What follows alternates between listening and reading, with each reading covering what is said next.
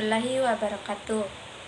Perkenalkan, nama saya Sasmita Dewi dengan NIM 2009-0250-2009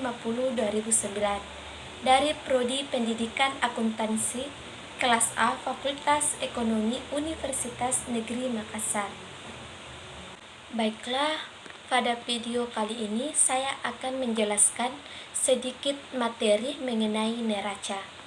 Adapun beberapa pokok pembahasan yang akan saya jelaskan yaitu yang pertama pengertian neraca, yang kedua manfaat dari neraca, yang ketiga unsur-unsur yang terkait dengan neraca, yang keempat contoh bentuk neraca perusahaan jasa, yang kelima bagaimana cara membuat laporan neraca. Pembahasan yang pertama yaitu pengertian neraca.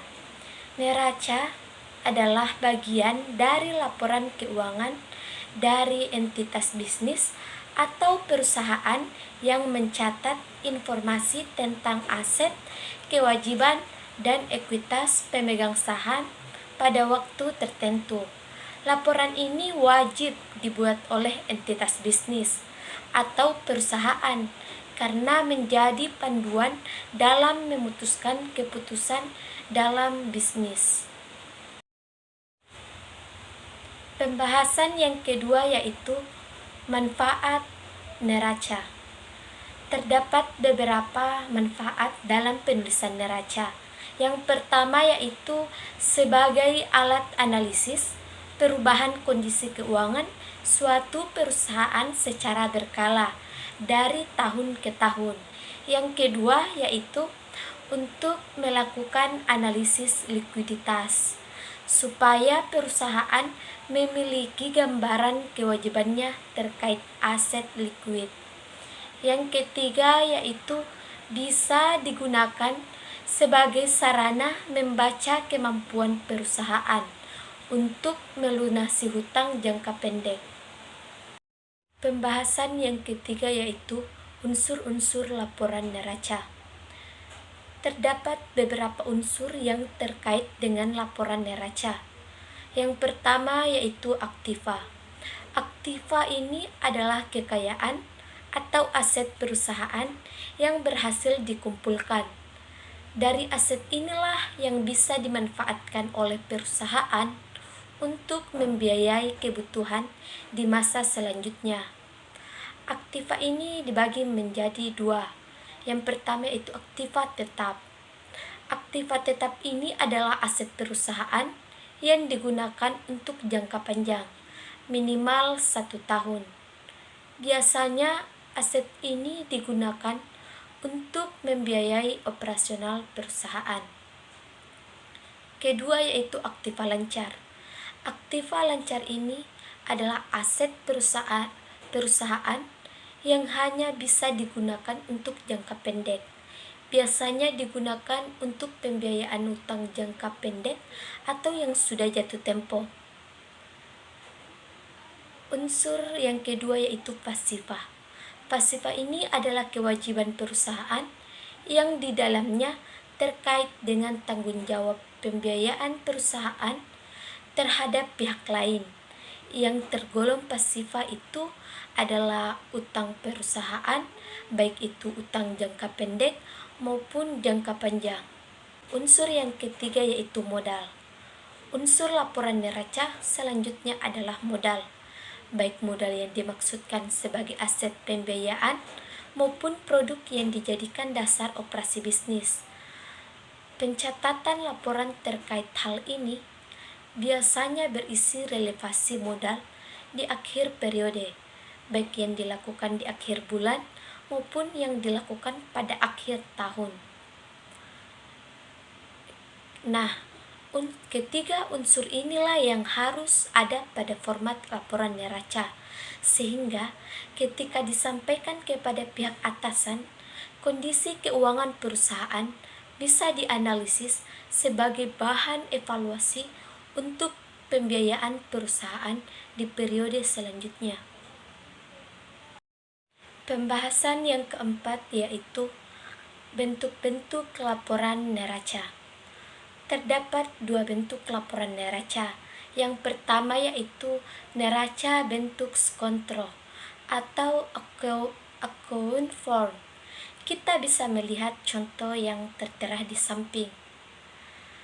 Itu adalah contoh bentuk laporan neraca skontro, di mana kita bisa melihat tabel di samping menampilkan penghitungan dari dua sisi atau dipisahkan antara sisi kiri dan sisi kanan, yaitu antara aktiva dan antara pasiva. Nah, pada sisi aktiva biasanya berisikan kas, surat berharga, dan pemasukan lainnya, sedangkan pada sisi pasiva berisikan utang dan juga ekuitas perusahaan. Yang kedua yaitu neraca bentuk stafel atau report form. Kita bisa melihat contoh yang tertera di samping saya.